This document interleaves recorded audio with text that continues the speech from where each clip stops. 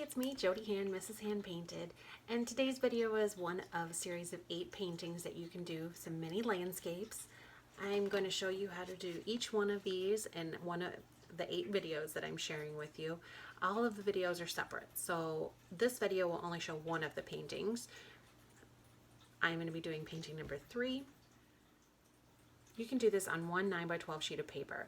I have this set up to do 8 different paintings that are all 2.5 inches by 3.75 inches.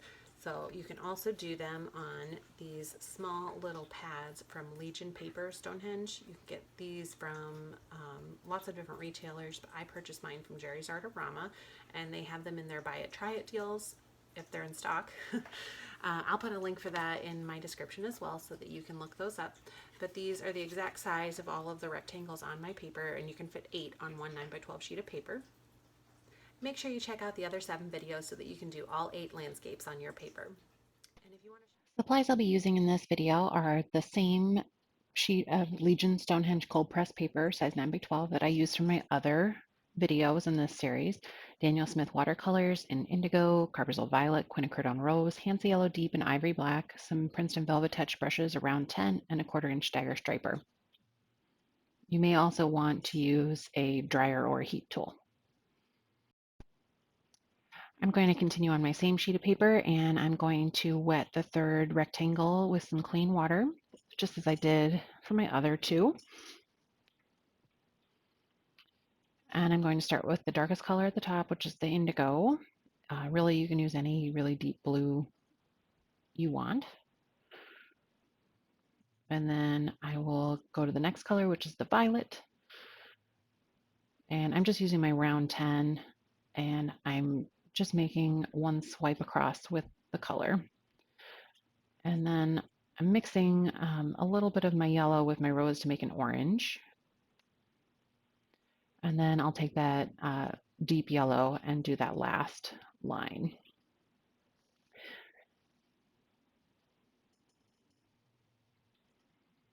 And now I'm going to do some black along the bottom.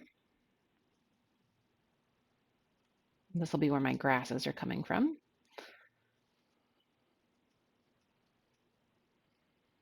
And then I'll just kind of blend this together a little bit better. And maybe add another little bit of a layer on the top there of my indigo.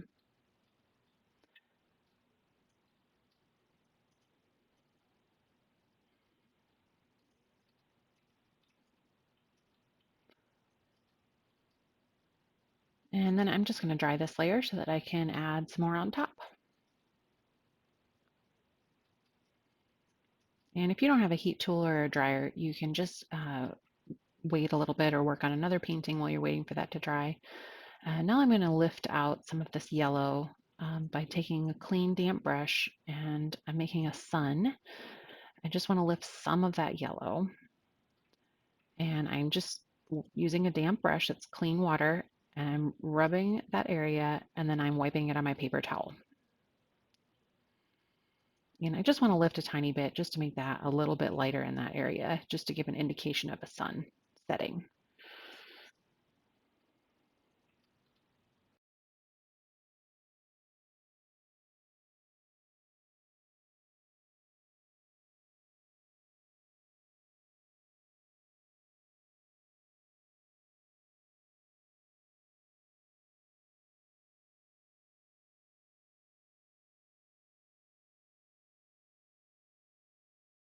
All right, now I'm going to be switching brushes. I'm going to be using a 1/4 inch dagger striper. If you don't have a dagger striper, you can use a rigger or a liner brush or a very small round.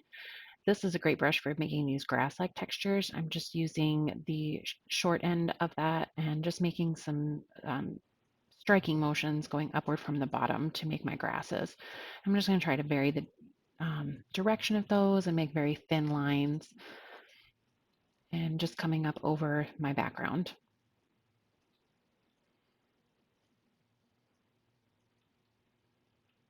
And you notice I'm holding it mostly vertical, and I just want to add a little bit of the tufts at the top of the grasses. So I'm just using the very fine tip of that brush just to add some little marks and some grass blades coming off of that.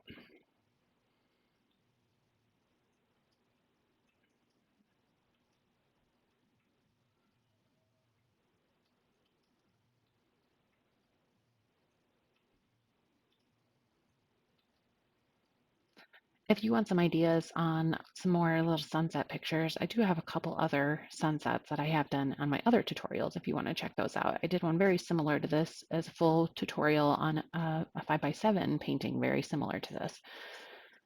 Make sure you check out one of my other videos if you're interested in doing some more sunsets. I'm just doing a few in front of my sun. Don't want to cover that up too much and maybe just vary the direction and add some coming the other way. Any place you feel like has got too much of an empty space, but you do want to leave some gaps just for some interest, not completely cover it. And then I'm actually taking a size 1 round brush here, and I'm just going to make a few little birds, almost a little V shape, but the one side is a little more curved.